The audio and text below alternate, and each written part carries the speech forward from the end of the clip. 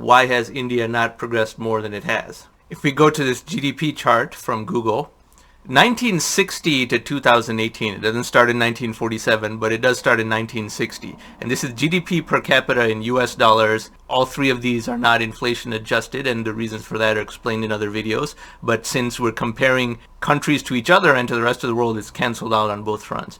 The gap between India and the rest of the world, and between India and the UK, is about the same in 1960 versus the present. In fact, India might even be a little bit further behind both the rest of the world and the UK. So we're talking about 58 years, 1960 to 2018, and the gap between India and the rest of the world is a certain amount, and between India and the UK is also a certain amount, and in 2018 it's the same. This is a logarithmic scale chart, so the same vertical distance between the two means the same geometric delta between the two lines. India has not gained any ground in terms of per capita GDP as measured in US dollars in relation to the rest of the world, of which India is a part, or the United Kingdom. That is stunning. This entire narrative of India being a high growth economy today, etc., is not really very accurate. It is merely recovering from having been so far behind in the first place, but has not really gained any net ground since 1960.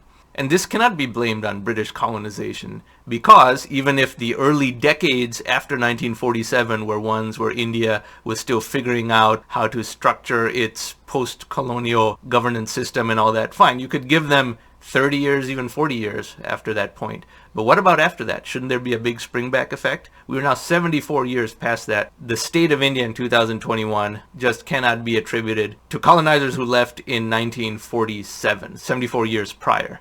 And that point becomes even more stark when we consider the accelerating rate of change and the accelerating rate of economic progress, which I also have other videos on, as you can see from this tile up here. So we go to those charts. This is a chart you may have seen before if you've watched other videos on this channel. This is world GDP per capita in US dollars, taken in terms of years before 2050. So 100 years before 2050 was 1950, 200 years was 1850, and so forth. And the accelerating rate of change is evident. Green is what has already occurred. Blue is merely the continuation of the trend and where we will be by 2050 if the trend line does not break, and the trend line has never broke. Whether Great Depressions, World Wars, all kinds of other disasters have intervened, this trend line has always reverted back to its long-term trajectory. So the British colonization of India starting in 1757 was about here, and it ended about here, okay? And note that this vertical axis is logarithmic as well. So the British left in 1947. This chart tells you that 80 to 85% of all economic growth for the whole world has happened after 1947. Again, I linked to that prior video of mine where I explain how half of all economic growth that has ever occurred has happened after January 1st, 2000, and therefore 80 to 85% has happened after 1947, and that is mathematically true just because of the effect of compounding of GDP growth. Just the law of compounding numbers. So if 80 to 85% of all economic growth that has ever happened has happened after 1947, then India had plenty of room in which to catch up. If India was 1/6 of the world's population during this entire 74-year window, shouldn't it have gotten 1/6 of the entire world's growth? Fine, it doesn't work exactly that way when you're starting from a small base, but still there was plenty of time to catch up, and therefore the fact that India has not gained any ground on the world average or on the United Kingdom speaks volumes, and this just cannot be blamed on the British. People say, well, it'll take generations and generations for India to recover. I just don't buy that at all. Where the rate of economic progress is accelerating exponentially means all errors can be forgiven more easily, and the catch-up is far quicker and easier than it would have been when the curve was a lot flatter. And I give you examples. Japan suffered total defeat in World War II, and it even had an atomic bomb dropped on them on 2 of their cities. And fine, the percentage of the Japanese population that was killed in the atomic bombings of Hiroshima and Nagasaki was not a large percentage of the entire country's population. Just the psychological effect of having a total defeat like that and having to surrender and being the only country in the world to date that has had atomic bombs dropped on them They're still a very prosperous country today. Despite all that, they were able to come back. And then lest you say that Japan's culture is far different than India's and therefore they had the human capital to come back, which India does not have. Well, I give you a tropical country if you want to go there.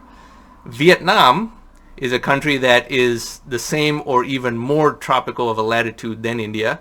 Vietnam has been invaded by a number of foreign powers. First by France, 1946 to 1954, then by the United States, 1962 to 1973, then by China in 1979, and then they had a 10-year war with Cambodia, 1979 to 1989. So Vietnam has been in a constant state of war, either being invaded by much more powerful countries from the outside or at war with its neighbors, in a continuous state from 1946 to 1989.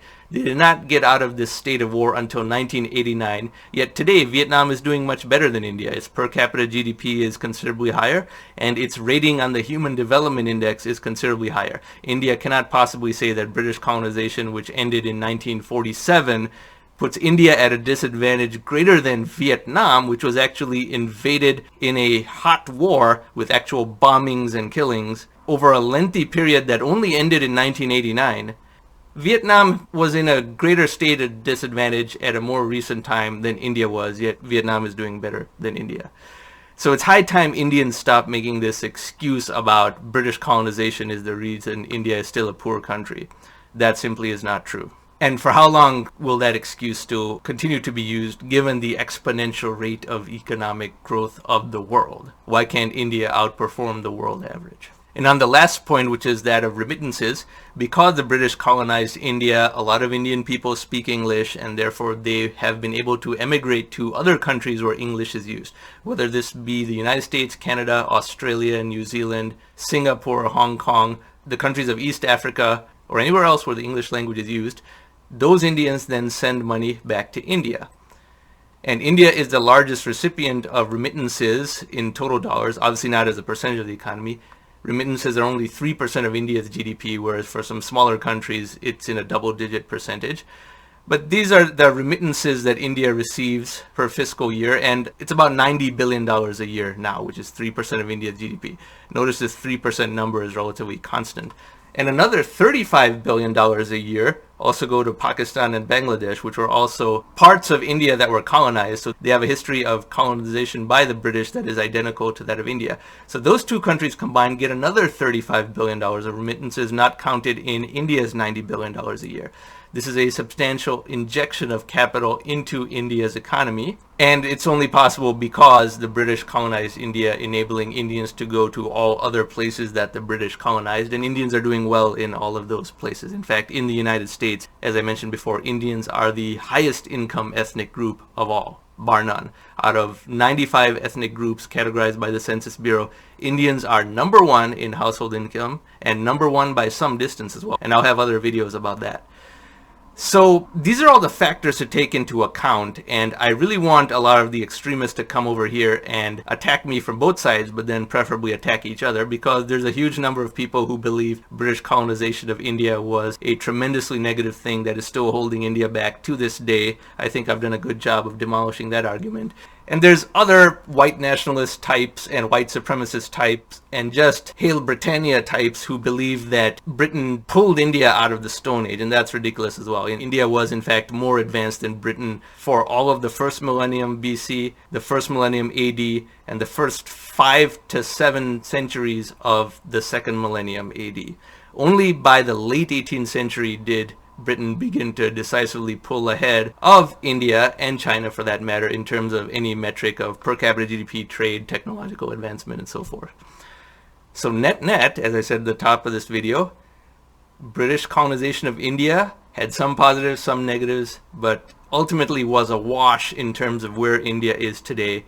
India's economy today is pretty much in the same place it would have been had it not been colonized by Britain at all.